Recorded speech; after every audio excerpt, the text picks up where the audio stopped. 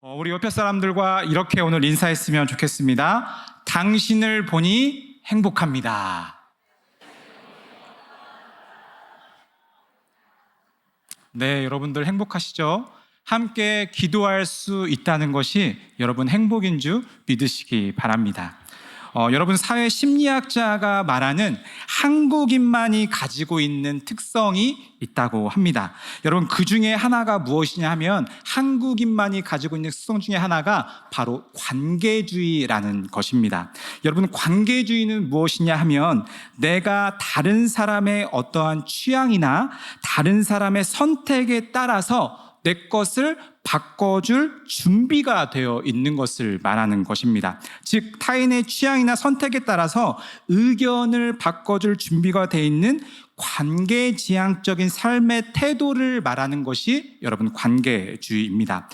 가장 대표적인 예로 무엇이 있냐 하면 우리가 사람들과 밥 먹으러 갈 때입니다. 여러분 우리는 대부분 어떻습니까? 사람들과 음식점을 가기 전에 미리 상대방에게 대부분 묻죠. 뭐라고 묻습니까? 뭐 드실 거예요? 라고 미리 묻잖아요. 그렇죠? 상대방에게 먼저 무엇을 먹을지 물어본다는 것은 우리 속마음에 어떠한 준비가 되어 있는 것이냐면 상대방이 무엇을 시킬지에 따라서 내가 음식을 바꿔줄 준비가 되어 있다라는 의미를 담고 있는 것이죠. 여러분 그렇습니다. 관계주의는 무엇이냐면 영향을 주고 영향을 받는 것을 당연하게 여기고 그것을 받아들일 준비가 되어 있는 것을 말하는 것입니다. 여러분 이러한 관계주의 같은 경우에 장점은 무엇이냐면 상대방을 배려하는 마음이 있다는 것입니다. 여러분 한국인들이 이러한 사람들이 많다는 거예요. 여러분들은 어떠신가요? 여러분들도 상대방을 배려하는 마음이 많으신가요? 많으시죠. 예, 여러분들은 한국인들이잖아요. 아마 여러분들 마음 가운데도 이런 관계주의적 성향이 아마 대부분 있을 거예요. 상대방을 배려하는 마음. 여러분 한국인들을 보면 어떻습니까? 참 정이 많고 배려심이 많고 따뜻하다라는 걸 느낄 수 있죠. 여러분 본인 스스로를 보면 어떻습니까? 참 정이 많고 나는 따뜻한 사람이다. 배려심이 많은 사람이다. 라는 걸 스스로 조금씩 느끼고 있죠. 저는 굉장히 많이 느끼고 있거든요. 저는 저를 바라볼 때 정말 배려심이 많고 따뜻하고 참 따뜻한 정이 많은 사람이구나 라는 것을 저 스스로는 굉장히 많이 느끼거든요. 제 아내한테 한번 물어보시기 바랍니다. 그러나 여러분이 한국인들이 이렇게 관계주의적 성향을 갖고 있을 때 장점만 가지고 있냐? 여러분 그렇지 않습니다. 여러분 이 관계주의적 성향이 조금 이 배려가 조금 지나치다 보면 여러분 오지랖이라고 들어보셨죠? 이 배려가 조금 지나치다 보면 남일에 참견하는 걸 좋아하게 되고 우리가 남일에 참견하지 않아도 될 부분을 참견하게 되는 즉 오지랖을 부릴 때가 있다는 것입니다. 여러분 그런데 문제는 무엇이냐면 우리가 배려가 많다는 것은 굉장히 좋은 것인데 이 배려를 역으로 뒤집게 된다면 이 배려를 역으로 뒤집으면 원칙을 깨는 원인이 될 때가 있다는 것입니다. 여러분 예를 들어서 이런 것입니다. 버스를 타려고 줄을 섰습니다. 그런데 뒤에 있는 할아버지가 보이는 거예요. 그래서 뒤에 있는 할아버지한테 먼저 타세요 라고 말하는 것은 여러분 배려입니까? 무엇입니까? 배려이죠. 뒤에 있는 할아버지한테 먼저 타세요 라고 말하는 것은 분명한 배려입니다. 그런데 할아버지 뒤에 있는 사람에서 입장에 본다면 여러분 어떤 원칙이 깨져 있는 것입니까? 순서대로 줄을 서서 버스를 탄다는 원칙이 깨진 것입니다. 나는 할아버지에게 배려를 한다고 한 행동이지만 할아버지 뒤에 있는 사람에서 입장에서 본다면 순서대로 간다는 원칙이 깨져버리게 된 것이죠. 여러분 이렇게 원칙이 깨지게 되면 즉 기준이 무너지게 되면 여러분 어떠한 상황이 발생하게 될까요? 원칙이 무너짐으로 인해 여러분 긍정적인 부분도 있습니다. 여러분 한국인들이 배려가 많죠. 그래서 이 원칙이 무너짐으로 인해 한국인들에게 나타나는 아주 긍정적인 효과가 있다고 합니다. 어떤 효과냐면 유연성과 창의성이 발휘될 수 있다는 거예요. 여러분 우리가 코로나 시기에 드라이브스루라는 선별 진료소도 우리나라에서 먼저 시도를 했다고 합니다. 정말 유연성이 없으면 절대로 나올 수 없는 것이죠. 유연적으로 대처했기 때문에 코로나 선별 진료소를 드라이브스루를 통해서 많은 사람들이 비대면을 통해서 선별 진료를 받게 되었죠. 여러분, 그리고 원래 만들어진 목적과 아주 창의적으로 다르게 사용하기도 하고 유연적으로 다르게 사용할 수도 있다는 것입니다. 한국인들은 어떻습니까? 소뚜껑을 밥을 짓는 용도로 사용하지 않고 삼겹살을 굽는 용도로 사용하는 거죠. 얼마나 창의적입니까? 이런 장점이 있다는 거예요. 그리고 외국 사람들이 굉장히 놀라는 것 중에 하나가 있는데, 음식점에 가면 음식을 가위로 자르는 거, 굉장히 창의적인 거죠. 여러분, 한국인들이 생각할 때 이렇게 하면 될 것 같은데 라고 생각해서 유연성을 갖고 창의적으로 생각하는 효과가 발휘될 수 있다는 거예요. 여러분, 이런 원칙을 뛰어넘을 수 있는 유연성이 있으면 위기가 생겼을 때 아주 강하게 대처를 할 수 있다고 합니다. 그런데 반대로 이렇게 원칙이 무너졌을 때 긍정적인 부분도 이렇게 있지만 부정적인 부분도 마찬가지로 있다고 합니다. 여러분, 원칙이 무너졌을 때 어떤 부정적인 효과가 일어날까요? 여러분, 원칙이 있지만 생각을 많이 해서 내 생각대로 그냥 바꿔버리는 겁니다. 예를 들어서 이런 것입니다. 공사 현장에 분명한 설계도가 있음에도 불구하고 분명히 철근 10개가 들어가야 된다라고 설계도에는 써 있는데, 내가 생각했을 때 어떤 생각이 드냐면 6개만 넣어도 충분하겠는데? 라는 생각을 하는 거예요. 그래서 공사를 할 때 6개만 넣는 거예요. 그리고 다음에 넣을 때 이것도 괜찮은 거 보니까 4개만 넣어도 넣겠는데? 라고 생각을 하고 10개가 들어가야 하는데 4개를 넣고, 그렇게 되다 보니까 어떤 아파트가 생기게 됩니까? 요즘 여러분들 뉴스에서 보셨죠? 순살 아파트가 생기게 되는 거예요. 이런 부정적인 상황이 만들어지게 되는 것이죠. 여러분, 이렇게 원칙이 아닌 자기 생각과 자기 주관대로 해놓고 아무 문제가 없으면 좋지만, 문제가 생기게 되면 여러분 문제가 발생하게 되는 것입니다. 여러분, 이제는 문제가 생기게 되면 그냥 지나치는 것이 아니라 책임이 뒤따르게 되는 것입니다. 여러분, 많은 사람들이 오해하는 것이 무엇입니까? 문제가 발생하지 않고 지나가면 괜찮다라고 생각하는 것입니다. 여러분, 그러나 문제가 발견되지 않다고 해서 문제가 없는 것이 아닌 것입니다. 즉, 좋은 게 아닐 수도 있다는 것이죠. 여러분, 그래서 원칙이 중요한 것입니다.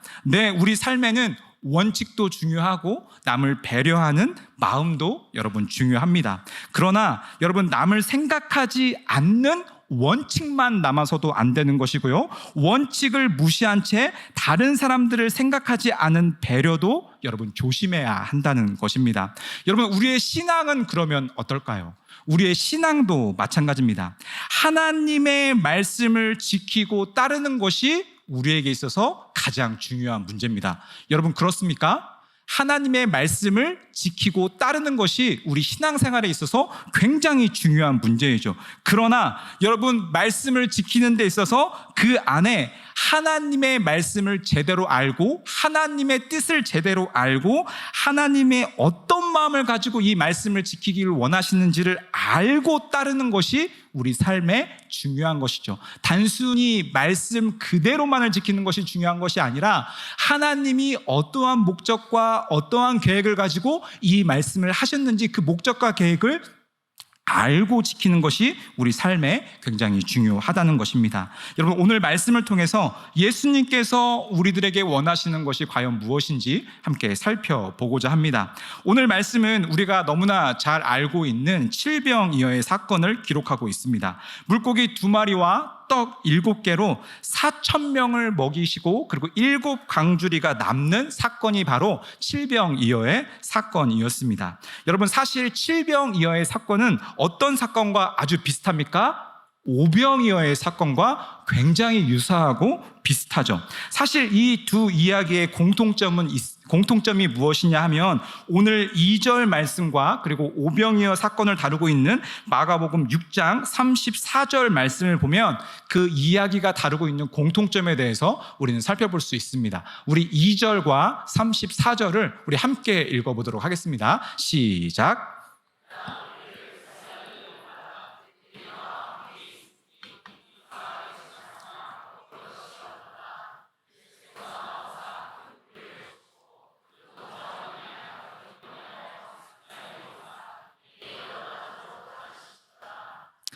네, 이 두 이야기의 공통점은 무엇이냐면 바로 예수님의 마음입니다.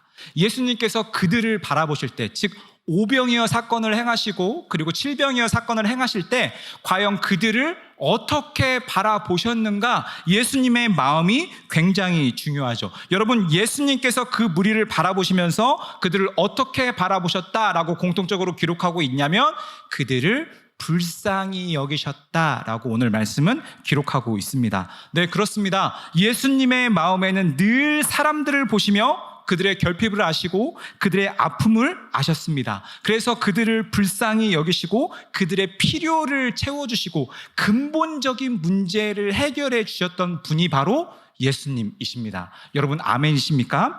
마찬가지로 어떻게 하셨습니까? 우리 또한 불쌍히 여기셨죠. 우리를 불쌍히 여기셨기에 죄로 인해 죽을 수밖에 없는 우리들을 생명을 주시고 우리를 살려주신 것이 바로 예수님이심을 여러분 믿으시기 바랍니다.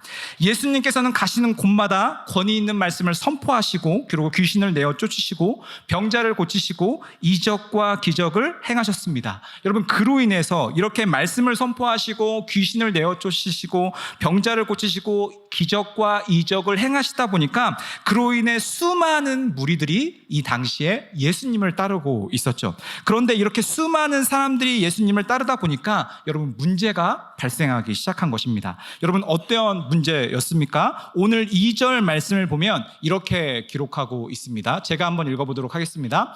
내가 무리를 불쌍히 여기노라. 그들이 나와 함께 있은지 이미 사흘이 지났으나 먹을 것이 없도다 라고 말씀하고 있습니다.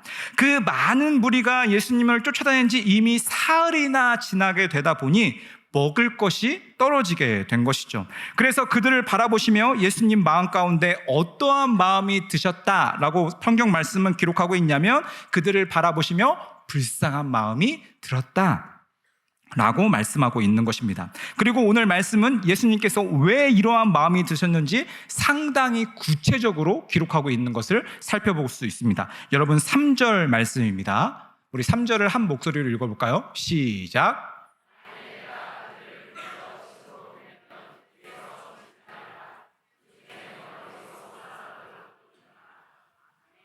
예수님께서는 아셨죠. 무엇을 아셨습니까? 무리 중에서는 집에서 멀리 떨어져서 온 사람도 있다라는 것을 아셨습니다. 그래서 만약에 그냥 이들을 그냥 돌려보낸다면 집으로 가다가 굶어서 먹지 못해서 쓰러지거나 탈진할 사람도 있음을 보시고 아셨죠. 예수님께서는 이런 그들을 보시며 마음 아파하신 것입니다. 그들을 긍휼히 여기시고 불쌍히 여기셨죠. 그렇습니다. 예수님께서는 우리의 배고픔을 아시고 우리의 필요를 아십니다. 예수님께서는 이 땅 가운데 오셔서 우리의 삶과 상관없는 말씀만 선포하신 것이 아니라 우리의 현실의 아픔과 우리의 현실의 문제도 관심을 가지고 계셨던 것이죠. 오늘 말씀은 이러한 상황 가운데 진행되고 있는 것입니다. 수많은 무리들이 예수님을 따르고 있었고 그들이 먹을 것이 없고 배가 고픈 상황이었죠. 오병이어 사건과 굉장히 유사한 상황 가운데 놓여서 오늘 말씀이 시작하고 있는 것입니다. 자, 그렇다면 제가 여러분께 질문을 드려보도록 하겠습니다.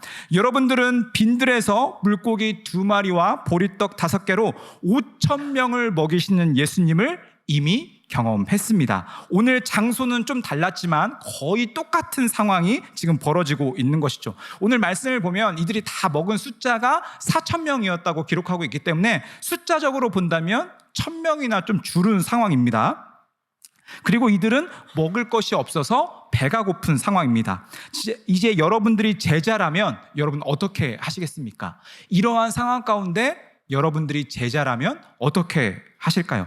만약에 우리라면 이러한 상황 가운데 예수님께 부탁하지 않을까요? 다 같은 마음이실 것입니다. 여러분, 그런데 정말 놀라운 일이 일어납니다. 어떤 일이었습니까? 제자들은 오병이어 사건과 똑같이 행동하는 것입니다. 4절 말씀을 함께 읽어보도록 하겠습니다. 시작.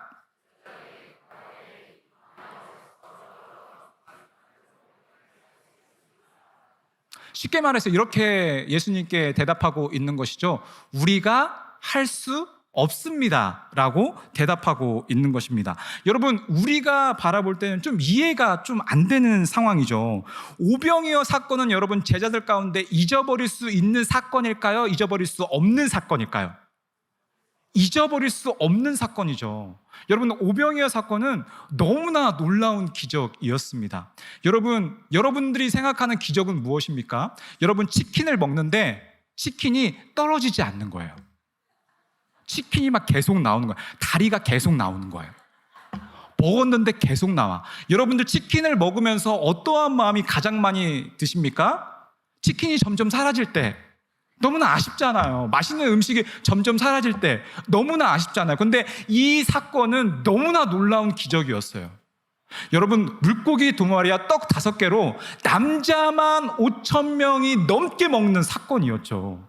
여러분, 정말 놀라운 사건이었죠. 절대로 잊을 수 있는 사건이 아닙니다. 그런데 그러한 사건을 겪었음에도 불구하고 지금 똑같이, 그 당시 처음과 똑같이 제자들이 대처하고 있는 거예요. 여러분, 왜 이러한 상황이 벌어지게 되었을까요? 제자들이 정말로 다 잊어버린 것일까요? 오늘 본문만 봐서는 아무도 기억하지 못하는 것처럼 느껴집니다. 더 놀라운 것은 무엇이냐면 여러분, 예수님의 반응입니다. 제자들이 그렇게 말했을 때 예수님의 반응이에요. 여러분, 우리가 예수님이라면, 만약에 여러분들이 예수님이라면 어떻게 반응하시겠습니까? 우리 같으면 이렇게 반응하겠죠. 아니, 너희들 얼마 전에 내가 행했던, 그리고 너희들이 먹었던 것을 기억하지 못하냐? 물고기 2마리와 떡 5개로 남자만 5,000명을 먹었잖아. 이거 나만 기억하는 거야? 그때 나만 있었어? 너희들 다 있었잖아. 너희들 다 기억하잖아 라고 꾸짖을 수 있을 상황인데도 불구하고 예수님도 아무 일도 없었던 것처럼 그냥 이들에게 또 물어보시는 거예요. 여러분, 5절 말씀입니다. 무엇을 물어보시냐면 예수께서 물으시되 너희에게 떡 몇 개가 있느냐?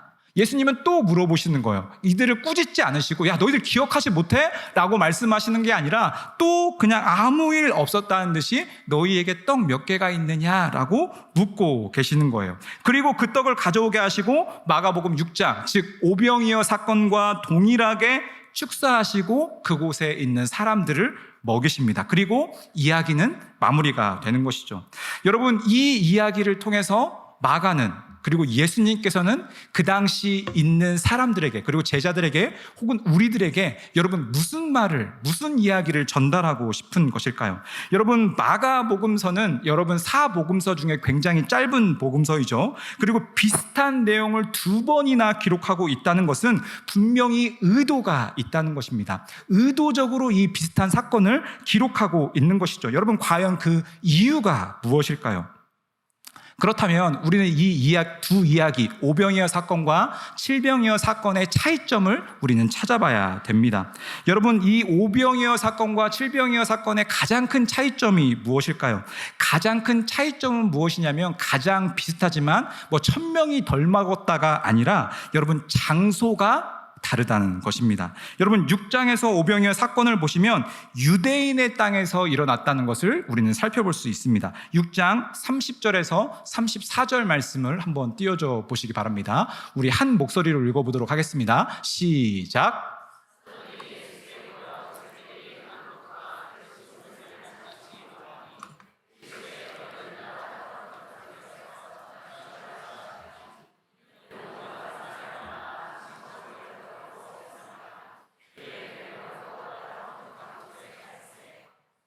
그들이 가는 것을 보고 많은 사람이 그인 줄 안지라.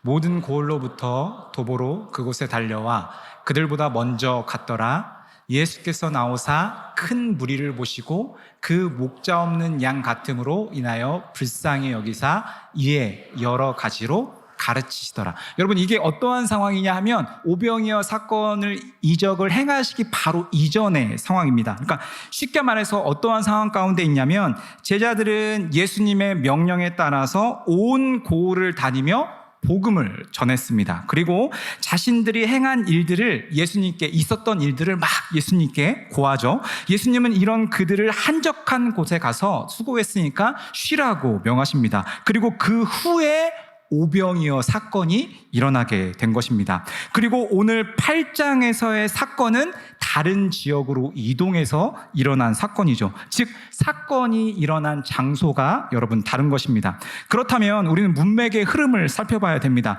마가복음 6장과 8장 사이에 어떠한 일이 일어났는지를 살펴봐야 되는 거죠. 즉 오병이어 사건과 칠병이어 사건 그 사이에 어떤 일이 일어났는지를 살펴봐야 됩니다. 여러분 그 사이의 일을 다루고 있는 것이 7장인데요. 7장에 어떤 이야기가 중점적으로 다뤄지고 있냐면 유대인의 오랜 전통과 하나님의 율법 사이에서 충돌이 일어나는 것을 우리가 살펴볼 수 있게 됩니다.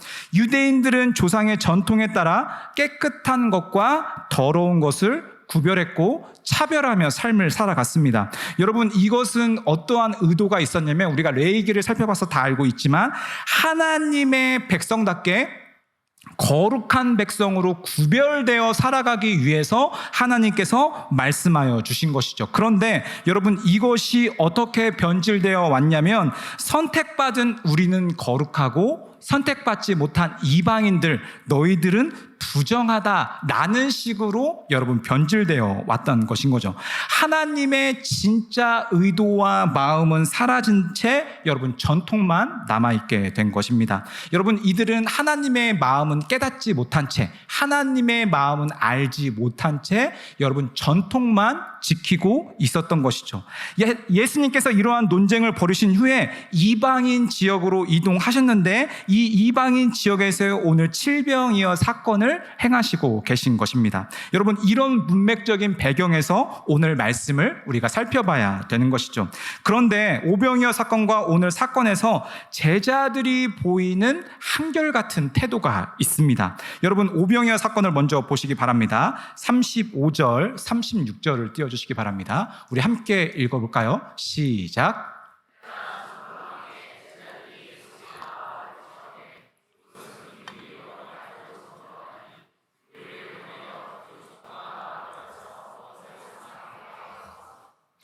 여러분 제자들이 먼저 예수님께 나와서 말하고 있는 것입니다. 굶고 있는 그들을 굉장히 염려하는 듯하는 말로 여러분 말하는 것이죠. 무엇이라고 말합니까? 이들을 보내서 무언가를 사 먹게 해야 되는 거 아닙니까? 라고 말하고 있는 것이죠. 그러자 정작 예수님께서 그들을 먹이라고 말씀하시죠. 그러자 제자들이 무엇이라고 대답합니까? 37절 말씀입니다. 37절 제가 한번 읽어보도록 하겠습니다. 대답하여 이르시되 너희가 먹을 것을 주라. 즉 그들의 말을 듣고 예수님께서 제자들에게 명하시는 겁니다. 그래? 그렇다면 너희가 먹을 것을 주라 라고 말씀하고 계시는 거죠. 여러분 그런데 제자들이 무엇이라고 말합니까? 여짜오되 우리가 가서 200데나리온의 떡을 사다 먹이리이까? 여러분 지금 무슨 말을 하고 있는 것입니까? 어찌 보면 굉장히 현실적이고 모범적인 대답을 하고 있는 말입니다. 여러분 돈을 핑계를 들어서 지금 무슨 말을 하고 있냐면 우리가 할 수 없습니다. 예수님 죄송하지만 이 많은 사람들을 우리가 어떻게 돈을 다 지불해서 먹일 수 있습니까? 우리는 할 수 없습니다. 현실적으로 불가능한 일입니다 라고 말하고 있는 것이죠. 여러분 오늘 말씀에서 나오는 제자들의 태도도 굉장히 비슷합니다. 오늘 말씀 4절을 한번 보시기 바랍니다. 오늘 말씀 4절을 보면 이렇게 말하고 있죠. 제자들이 대답하되 이 광야 어디서 떡을 얻어 이 사람들로 배부르게 할 수 있으리일까? 여러분 무엇이라고 말하고 있습니까? 사실 이번에는 예수님께서 먼저 질문하고 계십니다. 그들이 오병이어 사건을 경험했기 때문에 예수님께서 지금 먼저 제자들에게 질문하고 있습니다. 그런데 그들과 함께하고 온 그런데 제자들이 기억해야 될 것이 무엇입니까? 그들과 함께하고 있는 예수님이 누구인지를 제자들은 기억해야만 했습니다. 그러나 그들의 대답은 한결같았습니다. 무엇이었습니까? 우리가 할 수 없습니다 였습니다. 그러나 이번에는 장소의 핑계를 대면서 할 수 없다라고 제자들이 대답했죠. 이 광야에서 아무것도 우리가 구할 게 없습니다 라고 말한 것이었습니다. 여러분 어찌 보면 이들의 대답이 그 앞에 오병이어 사건과 마찬가지로 굉장히 합리적으로 들립니다. 하지만 여러분 그들이 마음만 먹는다면 여러분 이 일은 가능한 일이었죠. 여러분, 어떻게 가능한 일이 될 수 있습니까? 우리가 알다시피 그들과 함께하고 계시는 분이 바로 예수님이셨기 때문입니다. 여러분, 불과 얼마 전에도 이와 똑같은 일을 예수님께서는 해결해 주셨기 때문이죠. 여러분, 그분께 간청하면 되지 않겠습니까? 여러분, 그분께 간청해 보지도 않고 그러나 그들은 못합니다, 할 수 없습니다 라고 지금 말하고 있는 것입니다. 여러분, 왜 그들이 이렇게 대답했을까요? 여러분, 그들의 진짜 마음을 들여다보면 여러분, 그럴 마음이 없었기 때문입니다. 여러분, 제자들의 관심은 어디에 있었냐면 예수님께서 하시려는 일에 제자들의 마음과 제자들의 관심이 없었습니다. 즉, 예수님의 마음에 관심이 없었던 거죠. 예수님이 지금 무슨 마음을 갖고 계시는지, 무슨 일을 하고자 하는지 제자들은 관심이 없었던 것입니다. 예수님은 그런 제자들에게 꾸지람 대신 이적을 행해서 보여주시죠. 그리고 이방인들도 똑같이 먹이시는 것을 우리는 볼 수 있게 됩니다. 여러분, 오늘 말씀을 통해서 예수님께서 제자들에게, 그리고 오늘을 살아가고 있는 우리들에게 하시고자 하시는 말씀이 과연 무엇일까요? 예수님을 믿고 따라가는 제자와 우리들이 예수님께서 하시고자 하시는 일에, 즉 예수님의 마음에 관심이 있는가를 예수님께서는 우리에게 질문하고 계시는 것입니다. 여러분, 우리는 사랑하는 사람들에게 당연히 관심이 가고 마음이 가게 되어 있습니다. 여러분, 그렇지 않습니까? 여러분, 누구에게 마음이 가십니까? 이 앞에 누군가 특송을 하고 있다고 여러분 한번 상상을 한번 해보시죠. 이 앞에 특송을 하고 있는데 여러분 눈이 어디에 갈까요? 워십을 잘하는 친구한테 눈이 갈까요? 내 손주, 내 딸, 내 아들이 있다면 여러분 그 친구에게 눈이 가지 않을까요? 이상하네요. 여러분, 저 같으면 그럴 것 같아요. 여러분, 우리는 당연히 누구에게 관심이 가냐면 우리가 관심이 있고 우리의 마음이 있는 사랑하는 사람에게 당연히 우리의 마음이 더 쓰이게 되어 있습니다. 여러분, 제자들이 정말 그들을 향한 마음이 있었다면, 그들을 향해서 안타까운 마음이 있었다면 어떻게 해서든지 무언가를 해보려고 궁리를 했을 것입니다. 여러분, 혹시 그런 경험 있으십니까? 안 되는지 뻔히 아는 일입니다. 이거는 해도 안 되는 거예요. 뻔히 알아요. 그런데도 계속해서 시도했던 여러분 경험이 있으십니까? 여러분, 애정과 관심이 있으면 있을수록 우리는 더 시도하게 되어 있습니다. 여러분, 우리의 자녀들을 한번 생각해 보시기 바랍니다. 여러분, 우리가 자녀를 키울 때 보면은 우리도 어느 정도 압니다. 이 친구가 가능성이 있는지 가능성이 없는지 대충 보면 어느 정도 알잖아요. 소질이 있는지 없는지 무언가를 가리킬 때 대충 보면 알죠. 그런데 부모들은 어떻습니까? 객관적으로 판단하는 것이 아니라 부모들이 볼 때는 아주 작은 가능성을 봅니다. 남들이 볼 때는 전혀 기대치가 없는데, 남들이 볼 때는 전혀 능력이 없는데 부모들이 볼 때는 아주 작은 것도 가능성을 보죠. 제 딸 라아가 있어요, 여러분들. 제 딸 라아가 있는데, 제 딸이 이제 그 어린이집을 다니면서 이제 영어 선생님이 있나 봐요. 그런데 분명히 제가 듣기에는 이 발음이 한국말을 한 건데 발음이 잘 안 돼서 영어처럼 들렸어요. 그런데 우리 아내가 듣기에는 어떻게 들릴까요? 얘가 영어를 하네? 이렇게 들린 거예요. 아주 작은 가능성이라도 우리는 어떻게 보는 거예요? 우리가 관심이 있고 사랑이 가면 그것이 아주 큰 가능성처럼 여겨지는 게 바로 우리의 마음이라는 거죠. 여러분, 이것을 신앙에서는 무엇이라고 말하냐면 믿음이라고 말합니다. 누가 봐도 안 되는 것인데 예수님이 그 안에 함께 하시면, 누가 봐도 소망이 없는 건데, 누가 봐도 희망이 없는 건데, 누가 봐도 끝난 것인데 예수님이 나와 함께 하시면, 예수님이 우리와 함께 하시면, 예수님이 이곳 가운데 함께 하시면 우리에게 소망이 있다. 여러분, 우리는 이것을 믿음이라고 말하고 있는 것이죠. 그런데 제자들의 마음이 그렇지 않았다는 것입니다. 여러분, 오늘 제자들의 이야기와 정반대되는 이야기가 여러분 마가복음 2장에 나옵니다. 여러분, 우리가 잘 알고 있는 중풍병자 이야기입니다. 중풍병자를 데리고 와 지붕을 뜯은 네 사람을 여러분 기억하고 계실 것입니다. 여러분, 그들은 무리들 때문에 그 집에 들어갈 수 없음에도 불구하고 어떻게 합니까? 지붕을 뜯습니다. 그리고 중풍병자를 예수님께 내리죠. 여러분, 보통은 이렇게 하면 됩니다. 어떻게 하면 됩니까?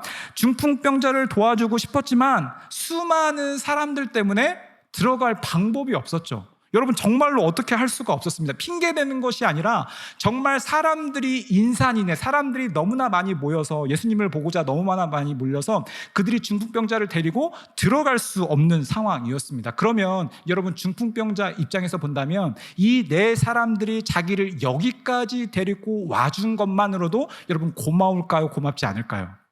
고마운 마음이 당연히 있을 것입니다. 그들은 할 만큼 했습니다. 더 이상 안 해도 누가 뭐라고 할 사람이 아무도 없어요. 그런데 그들이 어떻게 합니까? 지붕을 뜯고 길을 만들어냅니다. 여러분, 어떻게 그들은 지붕을 뜯고 길을 만들 생각을 했을까요? 여러분, 이유는 간단합니다. 그들에게는 이런 마음이 있었던 것입니다. 이런 믿음이 있었던 것입니다. 이 사람이 예수님을 만나면 문제는 해결된다. 우리가 어떠한 수단과 방법을 가리지 않고 이 사람이 예수님을 만난다면 이 사람의 문제는 해결될 것이다 라고 여러분, 이들 안에 믿음이 있었기 때문에 여러분, 문제가 해결된 것입니다. 여러분, 믿음이 생기면, 우리 안에 믿음이 있다는 것은 무엇을 말하냐면 열정이 있다라는 것을 말합니다. 여러분, 세상 사람들은 무엇이 말합니까? 여러분, 의욕 없다, 아무 의미 없다 라는 말을 많이 쓰죠. 여러분, 진짜 의욕이 없는 거예요. 여러분, 처음 사랑을 시작하는 사람들을 한번 보시기 바랍니다. 여러분, 처음 사랑을 시작하는 사람들이 피곤해 합니까? 사랑 피곤하지 않아요. 지금 유일신 목사님이 이렇게 씩 웃고 계시는데, 여러분, 처음 사랑을 시작하면 여러분 피곤하지 않아요. 그런데 시간이 지나면 지날수록 우리의 마음이 어떻게 됩니까? 피곤함이 이제 막 찾아오는 거예요. 원래 피곤함이 없었던 사람이 아니라 원래 좀 체력이 약했던 사람이죠. 그런데 사랑 때문에 막 그런 피곤함이 없어졌던 거죠. 여러분, 우리 마음에 열정이 있다는 것은, 믿음이 있다는 것은 우리를 움직이게 한다는 것입니다. 여러분, 예수님의 관심은 어디에 있었냐 하면 복음이 필요한 자들에게 있었습니다. 고통받는 자들, 소외받는 자들, 연약한 자들에게 예수님의 마음과 예수님의 관심이 있었죠. 그렇기 때문에 그들을 바라보시며 긍휼히 여기셨다라고 말씀하고 계시는 것입니다. 여러분, 그러나 제자들의 마음은 예수님과 달랐습니다. 여러분, 저마다 원하는 것이 다 있었죠. 자신들이 가지고 있는 생각과 방향을 가지고 예수님을 따라가고 있었던 것입니다. 그래서 예수님께서 하시고자 하시는 일에는 한결같이 부정적인 태도, 소극적인 태도를 보였던 것입니다. 여러분, 그 제자들이 되었던 핑계는 여러분 잘못된 것이 아닙니다. 현실적으로 바라보면 타당한 여러분 태도였습니다. 그러나 정말 그들의 마음 가운데 예수님의 마음이 있었냐는 거죠. 예수님이 관심이 있어 하는 마음이 제자들의 마음 가운데도 있었냐라고 예수님께서는 우리에게 질문하고 계시는 것입니다. 여러분, 우리들의 삶은 어떻습니까? 우리들의 마음은 어떻습니까? 우리들의 마음은 어디에 있습니까? 정말 예수님의 마음이 계신 곳에, 예수님의 시선이 있는 곳에 우리들의 마음도 여러분 향하고 있습니까? 여러분, 우리나라 사람들이 가지고 있는 일종의 환상이, 아까 사회학자가 말했던 일환인데, 우리나라 사람들이 가지고 있는 일종의 환상이 있다고 합니다. 무엇이냐 하면 모든 사람들이 함께 가야 된다, 모두가 똑같은 생각을 해야 된다라고 생각하는 경향이 우리나라 사람들에게 있다는 거예요. 그래서 상대방하고 내가 의견이 다르면 어떻게 하냐면 상대방을 설득하려고 한다는 거예요. 말은 이렇게 하는 거죠. 어떤 문제가 생기면 우리가 이야기를 통해서 우리 둘 사이에 의견을 조율해서 합의점을 찾아보자, 말은 이렇게 하지만 여러분, 실제로 본심은 어떻게 생각하고 있냐면 내가 더 합리적이고 내가 맞기 때문에 결론적으로 네가 나에게 설득되어서 내 쪽으로 와야 된다라고 생각을 한다는 거예요. 그러니까 둘이 합의점을 찾으려고 말을 하고 있는 것 같지만 속으로는 다 어떤 생각을 하고 있다고요? 내가 너보다 더 합리적이고 내가 너보다 더 지혜롭기 때문에 네가 내 말을 듣고 내 뜻에 따라야 된다라고 생각을 한다는 것이죠. 여러분, 그래서 설득을 하는데 설득을 하는 방법이 무엇이냐면, 첫 번째는 무엇이냐면 여러분, 정보를 알려준다는 거예요. 정보를, 내가 알고 있는 정보를 이 사람에게 아주 자세히 알려주는 거예요. 링크를 걸어주고 유튜브 주소를 보내주고, 자, 이거 봐라, 이 정보 봐라, 내 말이 맞지? 이렇게 말하는 거예요. 여러분, 정보, 왜 정보를 알려주냐면 이 정보를 듣고 합리적인 결론을 내리면 너도 나와 같은 생각을 하겠지라는 생각을 가지고 있다는 거예요. 이 믿음을 가지고 있다는 거예요. 왜냐? 나는 합리적인 사람이니까요. 그러니까 자꾸 상대방을 설득하기 위해서 표정을 이제 설득해 가면서 말을 하면서 상대방의 표정을 듣고 이 사람이 지금 설득되어지고 와 있는지 않는지를 계속 보면서 설득이 안 되는 것 같으면 계속해서 말이 많아지는 거예요. 더 많은 정보를 주고 더 많은 설득을 하고. 여러분, 그래서 제가 고등부를 담당할 때 사실은 욕을 굉장히 많이 먹었습니다. 왜냐하면 고등부 친구들이 컴플레인을 거는데 목사님 설교가 너무 길다는 거예요. 근데 왜 제가 설교가 길어질까요?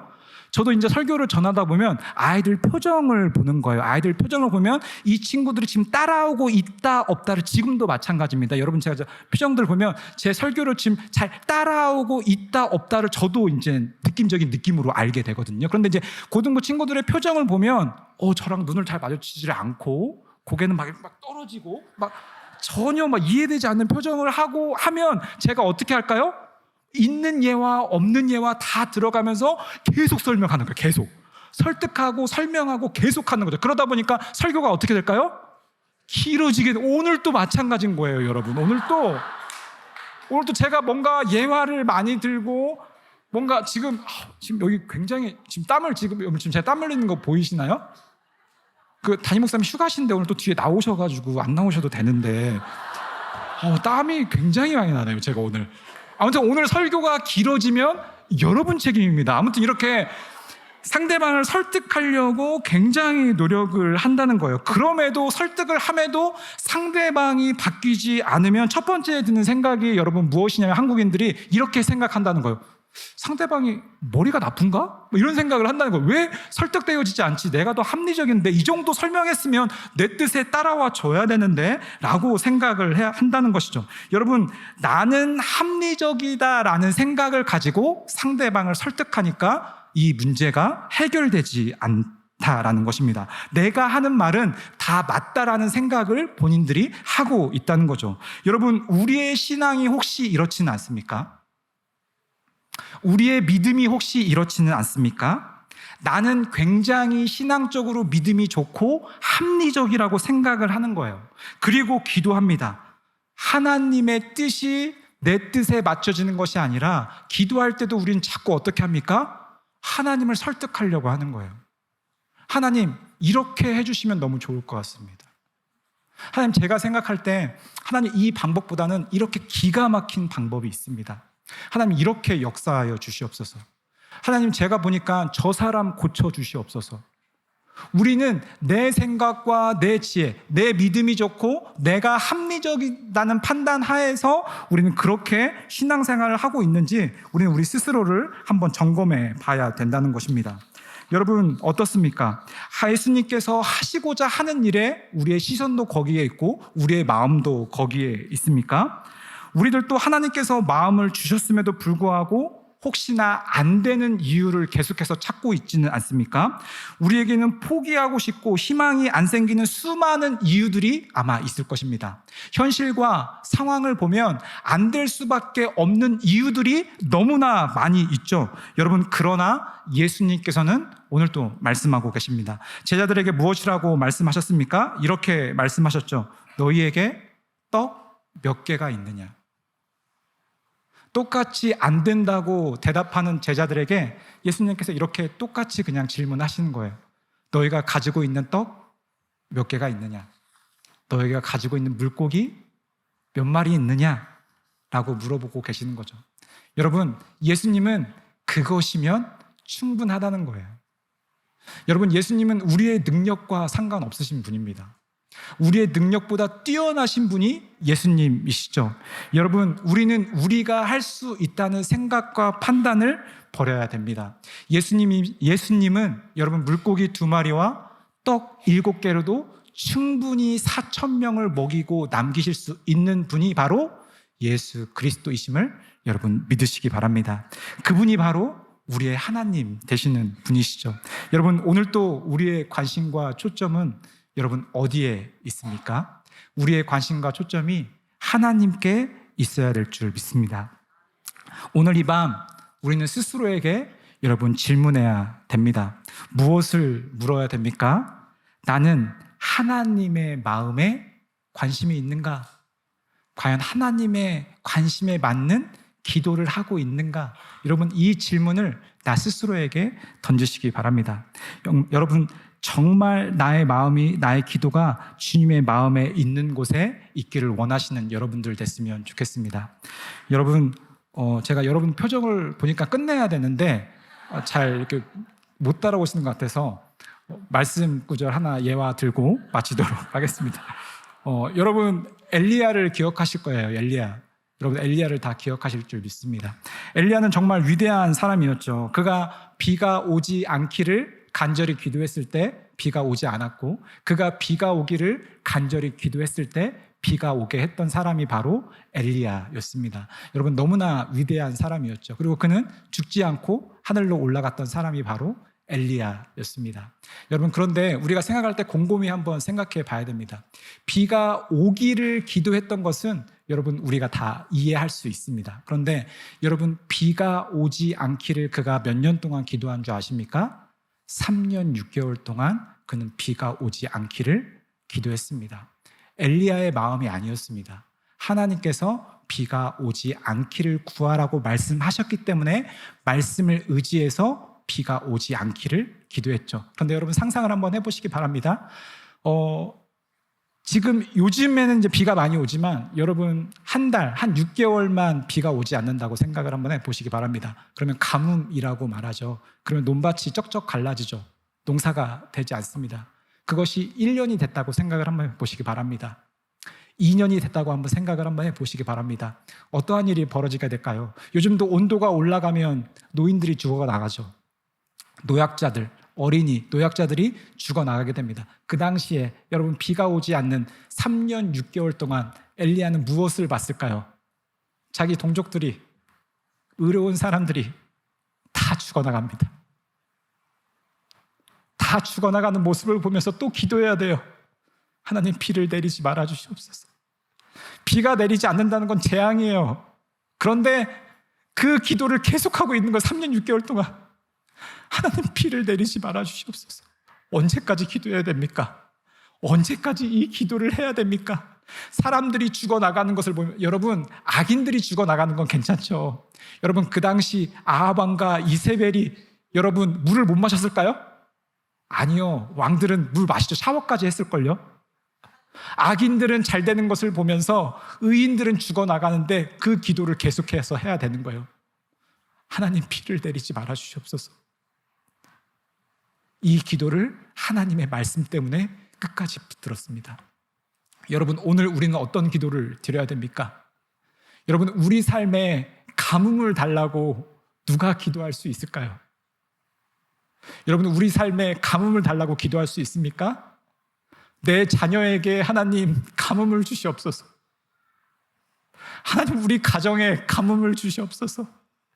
하나님 우리 부모들에게, 우리 청년들에게, 우리 청소년들에게 가뭄을 주시옵소서라고 기도할 수 있어요. 여러분 하나님의 뜻이면 기도해야 됩니다. 여러분 이스라엘 백성들이 엘리야가 그렇게 기도할 때 알았던 딱 한 가지가 있습니다. 무엇입니까? 그들에게 비를 내리시고 그들에게 비를 멈추시는 분은 하나님이시다.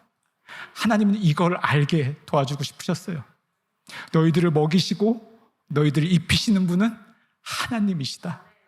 오늘 이 밤에도 우리는 기도해야 됩니다. 만약에 가뭄을 통해서 그들이 하나님을 알 수 있다면, 우리 자녀들의 삶의 가뭄을 통해서 그들이 하나님을 온전히 바라볼 수 있다면, 우리 가정의 가뭄을 통해서 하나님을 온전히 바라볼 수 있다면, 우리 가정의 가뭄을 통해서 하나님이 우리 가정을 일으켜 세우실 수 있다면, 그것이 하나님의 마음이라면 하나님, 오늘 또 우리들은 그 가뭄을 놓고 기도하겠습니다. 하나님의 마음이 있는 곳에 하나님, 우리의 마음이 있기 원합니다 라고 기도하는 밤 됐으면 좋겠습니다. 우리 이 시간 함께 찬양하며 나아가도록 하겠습니다.